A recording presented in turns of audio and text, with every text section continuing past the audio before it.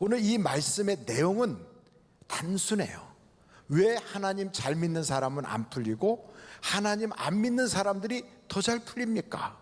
바로 이런 내용이에요.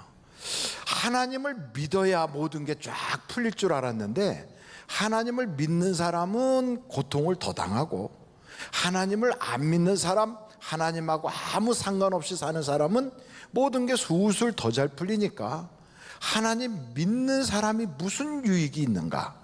그래서 믿음이 막 흔들리고 하나님에 대한 신앙의 회의감에 빠집니다 하는 내용이 이 시편 73편의 이야기란 말이죠. 그래서 이 내용을 어떤 사람은 그렇게 얘기해요. 욥기서가 42장까지 있는데 욥기서 전체를 팍 짜가지고 시편에 옮기면 73편이 된다, 이렇게 말해요. 욥이라고 하는 사람을 보면 하나님이 그는 순전한 사람이고 나를 경외하는 사람이다, 하나님이 인정해요.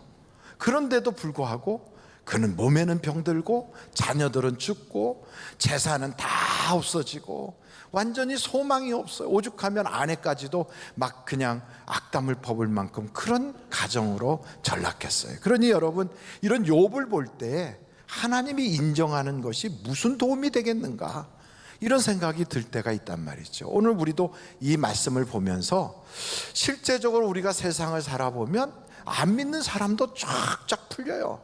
뭐 세상의 이단 종파들도 보면 그 교주들 보면 잘 살아요. 그리고 뭐 자기가 신이라고 하는 사람들도 떵떵거리고 잘 살아요. 아주 얼굴에 기름이 졸졸 흘러요. 그런 걸 보면 저것들은 하나님한테 맞아도 그냥 100번 맞아도 싼데 어떻게 저렇게 세상적으로 볼 땐 잘 나가나, 이런 생각이 든단 말이죠. 부자와 나사로의 이야기가 성경에 등장하거든요. 한번 여러분 그 부분을 한번 찾아보세요. 누가복음에 나타나는데 누가복음 16장 19절이에요. 거기에 보면 한 부자가 있어 자색 옷과 고운 베옷을 입고 날마다 호화롭게 즐기더라. 그런데 나사로라는 이름하는 한 거지가 헌데투성이로 그의 대문 앞에 버려진 채 그 부자의 상에서 떨어지는 것으로 배불리려 하매 심지어 개들이 와서 그 헌데를 핥더라. 참 비참하지요. 누구는 이렇게 잘 풀리는데 누구는 정말 보통 고생되는 게 아니에요. 이 한 시대에 같은 하늘 밑에 살면서 어떤 사람은 거지같이 살고 어떤 사람은 이 부자로 살고, 왜 하나님은 이렇게 불공평하신가, 이런 생각을 할 수가 있어요. 여러분, 사실은 그 부자의 상에서 떨어지는 걸 먹고 산다는 얘기를 요즘으로 말하면 발주처가 있으면 원청이 그걸 받잖아요. 그걸 하청을 준단 말이에요. 그게 상에서 떨어지는 거 먹는 거지 뭐. 거기서 또 하청, 재하청 내려가. 그럼 완전히 떨어진 걸 그냥 또 주워먹는, 갑과 을의 관계로. 이 세상이 알고 보면 상에서 떨어진 거 주워먹는 그런 일들이 얼마나 많은지. 사실은요, 나중에 사고가 나고 문제가 생기면 어디에 있는 사람들이 피해를 보고 어려움을 겪는가 하고 보면 그 스크린도 그 문제도 보면 재하청 받고 재재하청 받고 이런 사람들이 그 기업에서 열악한 환경 속에서 어려움을 당하더라고요. 사회가 너무 불공평한 거예요. 그러니까 알고 보면 왜 하나님이 이렇게 하시나, 이런 생각을 하게 되는 거죠. 이게 무슨 낙수 효과라고 대기업이 돈을 많이 벌면 그게 이렇게 흘러서 중소기업으로 또 내려가서 아주 소상공의 그런 그저 골목 상권까지 다 잘 살게 된다는데, 사실은 그렇지 않고 그냥 위는 잘 사는지 몰라도 밑에는요 그냥 개처럼 사는 거예요. 그런데다가 이런 코로나 바이러스 같은 게 딱 오면요, 아주 저 있는 사람들한테는 크게 피해가 안 가는데 없는 사람은 먼저 이 큰 피해를 그냥 겪어요. 그러니까 참 세상을 살다 보면 보통 어려운 게 아니에요. 근데 성경을 보니까 이 부자는 날마다 연락을 해요. 그런데도 자기 집에 있는 이 가난한 저 거지 개하고 같이 앉아서 그 밥상에서 떨어지는 거, 원래 밥상에서 떨어지면 개들은 그게 자기 거라고 앙 하고 덤벼들어서 딱 먹거든요. 거기에 이 거지도 거기서 같이 먹겠다고 뛰어들면 아마 으르렁거렸는지 몰라요. 그러다가 먹을 게 없을 때는 서로 위로해 주느라고 그 헌대를 걔가 핥아주고 있었다는 거예요. 근데 부자는 무관심해요. 여러분, 이 부잣집에 드나드는 사람이 어떤 사람이었을까요? 어떤 사람들이 드나들을까요? 전혀 생각 안 해보셨죠? 저는 이런 생각이 들더라고요. 먹고 사는 일 때문에 드나드는 사람도 있을 거예요. 근데 사실은 그 자색 옷을 입고 날마다 연락을 즐기는 그 사람 집에 드나드는 사람은 먹고 사는 문제는 어느 정도 해결이 된 사람들이에요. 근데 이 사람들이 거기 왜 찾아오느냐? 그 부자로 인하여 아주 지혜로운 이야기와 그 식견 넓은 것을 듣고 배울 거리가 있어서 온단 말이죠. 그러니까 단순한 부자가 아니고 이 사람을 보면 인간적으로 존경스러워, 인간적으로 꽤 괜찮은 분이야. 그러니까 그 집 문전성시를 이루죠. 그러니까 많은 사람이 찾아가서 배울 게 있으니까 밥이나 준다면 거기 뭐 가겠어요? 그런데 찾아간다 이 말이죠. 세상에 보면 안 믿는 사람인데도 우리가 고개가 끄덕여질 만큼 존경스러운 인물들도 사실은 있습니다. 많은 분들이 우리에게 도전을 줄 수도 있어요. 이 부자도 아마도 그런 사람일지도 몰라요. 저는 성경을 보다가 무슨 생각이 드냐면, 우리 교회 안에도 우리는 잘 모르지만 급박해지는 사람도 이 코로나 바이러스 기간에 있을 수 있다. 얼마든지 도움이 필요한 사람도 있다. 근데 그런 분들이 나 좀 도와주세요 하고 깃발을 걸었으면 좋겠지만, 그 어떻게 깃발을 걸겠어요? 그럼 남들이 볼 때 점집인 줄 알겠잖아요. 그러니까 그런 경우에 여러분, 교회에 이야기하세요. 교회에 전도사님이나 누구 목회자에게 말씀을 하시면 본인이 이야기가 힘들거든요. 그럼 옆에서 이렇게 보시고 이야기를 해주세요. 원래 어려움을 당하는 사람은 소리도 못 내요. 그런데 옆에서 보고 외쳐주고 같이 건져주도록 그렇게 하면, 오늘 급하게 그런 분들에 대하여 우리가 교회에서 이렇게 잘 심사해가지고 공정한 모습으로 아주 투명하게 집행해서 그분들도 이 코로나 바이러스 비대면 기간에, 그리고 4차 유행 시기에 어려움을 겪지 않고 벗어날 수 있도록 도와주자 하는 그런 위원회를 구성을 했어요. 장로님들이 그 위원들이 돼가지고 할 거예요. 그러니까 여러분, 그냥 다 말씀해 주시면 교회에서 그 어려움을 같이 손잡고 넘어갈 수 있도록 그렇게 해 주실 줄로 믿습니다. 교회가 재정적으로 저 비대면 기간에 예배 드리고 또 이렇게 하지도 못하니까 헌금도 줄고 다 해서 좀 어렵다. 괜찮아요. 어려우면 뭐 사람이 어려움 당하는 것보다야 교회가 어려움 당하는 거는 참을만 하지 않아요. 정 어려우면 뭐 건물 하나 저기 잡히지 뭐. 예배당 건물보다 중요한 게 성도거든요. 그래서 성도들이 살아나면 그럼 뭐 나중에 그런 부분들은 다 해결되지 않겠습니까? 여기 보면 여러분, 그 가난뱅이가 죽었어요. 그 거지가 죽었어요. 아마도 그 사람은 누구도 관심을 안 가졌을 거예요. 그 사람이 죽었든지 살았든지 무관심했을 거예요. 아마 고독사했을 것 같아요. 그리고 이분의 죽음에 대해서 아무도 관심을 갖지 않고 그러고 지나갔으니까 어찌 보면 있으나마나한 사람, 사회적으로 보면 잉여인간이라고 여겨졌을지 모르겠어요. 그런데 그가 죽었을 때 하나님이 천사를 동원해요. 그가 죽었을 때 하나님이 그의 인생을 평가를 해줘요. 그런데 이렇게 가난한 사람, 아무것도 사회적 공헌도 없고 업적도 없는데 하나님이 평가를 해주네. 그런데 부자는 죽었을 때 사람들은 아쉬워하고 안타까워했지만 하나님은 그를 외면해버려요. 만약에 교회는 하나님한테 외면당하고 생활고로 어려웠던 성도를 하나님이 평가해주는 일이 벌어진다면 교회의 비극이에요. 그래서 여러분, 아픔을 같이 공유할 수 있도록 이번에 비대면 기간 동안에 교회의 전화는 항상 열려 있어요. 그리고 교회 성도님들이 언제든지 기도해 주세요 하고 요청하는 전화하면 목회자들은 모여 있을 거예요. 교회에 언제든지 나올 수 있잖아요. 위에서 기도해 드릴 거예요. 그리고 필요하면 오라고 하면 언제든지 달려갈 거예요. 여러분, 노래도 있잖아요.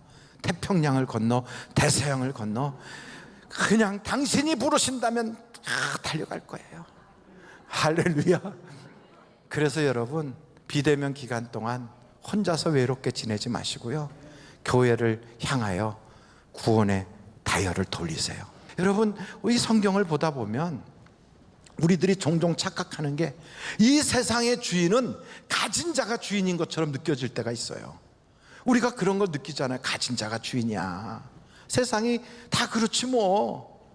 사실은요, 예수님 당시에도 권세를 가지고 권력을 가지고 있었던 사람들, 이 사람들이 권력을 갖고 부를 가진 거 그냥 우리가 생각할 때 아무렇지도 않게 생각할 게 아니라 그만한 능력이 있고 그만한 자격이 있어서 주어진 거예요. 대제사장, 오늘 우리가 그 사람들을 욕하잖아요. 그런데 그 당시를 한번 살펴보면 이 사람들의 판단력과 지혜와 리더십은요, 굉장한 분들이에요. 어떤 사람들인가요? 예수님이 사람들에게 와 하고 막 인기가 올라가요. 메시아가 왔다, 큰 선지자가 나타났다, 막 그래요. 그러니까 대제사장들이 사람을 보내가지고 조사를 해요. 어떤가? 뭘 조사하냐면, 과연 저 사람이 메시아라고 하는데 이 백성들이 그를 중심으로 막 일어났을 때 로마의 군대와 싸워서 이길 수 있겠는가? 로마로부터 해방을 받을 수 있는 독립운동의 적격자인가? 다 보는 거예요. 그렇게 보다 보니까 대제사장이 이건 아닌 것 같아. 그래서 여러분, 성경을 보면 요한복음을 한번 찾아보세요. 18장 14절이에요. 거기에 보면 이렇게 나와 있어요. 가야바, 이 사람 대제사장이거든요. 유대인들에게 뭐라고 얘기합니까? 한 사람이 백성을 위하여 죽는 것이 유익하다고 권고하던 자이라. 무슨 얘기예요? 대를 위하여 소가 희생돼야 돼. 이 사람들이 멋 모르고 다 일어나서 이러다가 로마의 군대가 오면 우리는 다 죽어. 그러니 차라리 예수를 죽여야 돼. 이렇게 얘기하는 거예요. 왜? 사람들은 모르지만 지도자들은 책임감을 가지고 자기 사회를 보고 있거든요. 이거 다 죽는 일이야. 큰일 났어. 그래서 어떻게 합니까? 밖에서 누군가가 그를 고발하거나 이러면 나라가 내분이 일어나서 로마에 멸망하는 게 아니라 자기들끼리 사분오열되니까 내부에서 내부 고발자를 찾자 해갖고 현상금을 딱 걸었는데 가룟 유다가 내부 고발자가 돼요. 그래가지고 은 30냥 받고 예수님을 팔아넘기잖아요. 여러분, 이런 일이 벌어져가지고 자기들이 재판도 안 해요. 예수님을 잡아갖고 막 별소리 다 하다가 로마의 법정에다 세워서 로마가 죽이게 만들어요. 그리고 갖은 모함을 해서 완전히 예수님을 사람들 기억에서 싹 사라지게 완전히 눌러 땅에다 묻어버리거든요. 왜? 그래야 자기들이 누리고 있는 이 평안과 이 사회가 안전할 거라고 생각했기 때문에. 이 사람들이요, 무지막지한 사람들이 아니에요. 가룟 유다가 은 30냥 받은 거를 딱 가지고, 야, 이거 내가 잘못했구나, 이거 내가 잘못 생각한 거야, 그러면서 와서 그 돈을 던지면서 나는 예수를 내가 파는 게 아니야 하고 막 외쳤지만 그들이 뭐라고 그럽니까? 이 은 30냥 꽁돈 생겼네, 이거 우리가 나눠 가집시다, 이렇게 말하는 사람 아무도 없어요. 그 대제사장들이 뭐라고 그러는지 아십니까? 이 돈은 피값으로 산 거야. 피값이야. 이거 우리가 쓸 수가 없어. 이건 헌금으로도 안 마땅하지가 않아. 이것 가지고 무연고 사망자들을 위한 묘지를 구입합시다. 얼마나 공공의 이익을 생각합니까? 무연고자들이 예루살렘에 왔다가 죽는 사람들도 생겼는데 그들을 위한 묘지로 이 값을 내자는 거예요. 그런 생각을 가지고 있는 사람들이에요. 막 가는 사람들이 아니에요. 그러니까 이 사람들은 사회적인 책임감이 있고 자기들의 머리를 짜내서 사회의 안전을 지키려고 그러고 대를 위하여 소를 희생시키는 일에 앞장서는 이런 사람들이거든.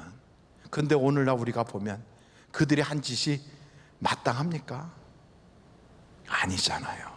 그 왜 우리가 지금 그들을 그렇게 평가합니까?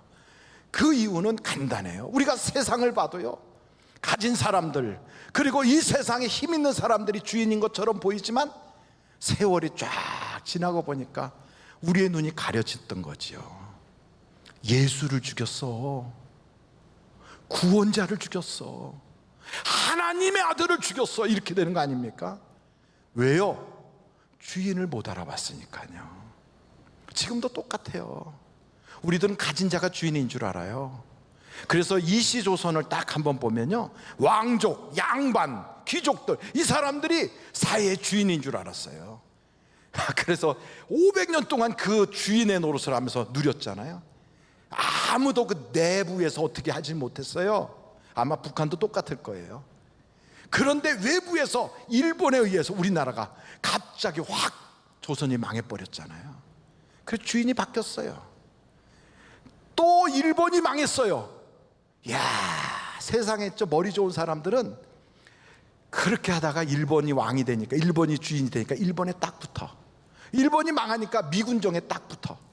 아이고, 그러더니 요즘은 이사에서도 또 어디 붙어 있는지 모르지만 그러면서 여기 붙었다 저기 붙었다 그러면서 잘 먹고 잘 사는 그런 뺀질이들도, 꿀 빨아먹는 사람들도 있어요, 없어요? 목사가 강단에서 저런 소리까지 하는구나, 아 충격이다, 이런 생각하실 수 있습니까? 우리는 그런 걸 볼 때마다 그래, 세상은 말이야 요령 부리고 가진 자가 주인이야. 근데 아니더란 말이에요. 그들도 죽더라고요. 그들이 죽더라니까. 죽는 걸 보면서 깨달은 게 다 놓고 가는 거예요. 다 놓고 가. 이야, 주인이 따로 있었구나. 역사의 주인이 따로 있고 생명의 주인이 따로 있구나. 그렇다면 그 주인이 누군가 우리가 눈을 씻고 다시 한번 봐야 돼요. 우리는 환경만 보고 우리의 처지만 보다 보니까 가진 자가 주인인 줄 알고 회사의 사주가 주인인 줄 알고 살았는데 아니더라 이 말이에요. 진짜 주인은 천지를 창조하신 생명의 주인 되시는 하나님이 주인이라는 거예요. 여러분, 그래서 이 시편 73편의 내용이 욥기의 축약점이라고 그랬잖아요. 욥이라는 사람이 그 고통과 어려움을 겪고 있을 때 그가 어떻게 그 어려움을 헤쳐나가는가, 어떻게 그 문제 속에서도 벗어날 수 있었는가, 주인을 본 거예요. 주인을. 여러분, 욥기서를 한번 찾아보겠습니다. 욥기서 한번 찾아보세요. 19장 25절로 26절이에요 같이 한번 읽어보실까요? 시작. 내가 알기에는 나의 대속자가 살아계시니 마침내 그가 땅 위에 서실 것이라. 내 가죽이 벗김을 당한 뒤에도 내가 육체 밖에서 하나님을 보리라. 이 얘기를 지금 요즘 말로 말하면 이런 거예요. 내가 지금 고통 겪고 있어. 나는 몸에는 병들고 재산은 다 없어지고 자식들은 다 죽고 소망이 없어. 가정도 깨졌어. 이제는 나는 절망이야. 이런 생각이 딱 들 때 하나님이 살아계시면 어떻게 이럴 수 있나, 이렇게 생각할 텐데 욥은 그 고난 속에서 누구를 봤냐면 나의 중보자가 살아계시다. 바로 나의 중보자 되시는 예수 그리스도를 바라본 거예요. 여러분, 문제가 있을 때 주님을 바라보셔야 돼요. 문제를 보면 문제 속에 빠져요. 세상 사람들 보면 신앙이 실족해요. 그러나 지금도 살아서 날 위하여 기도해주고 계시는 예수님을 바라보는 거예요.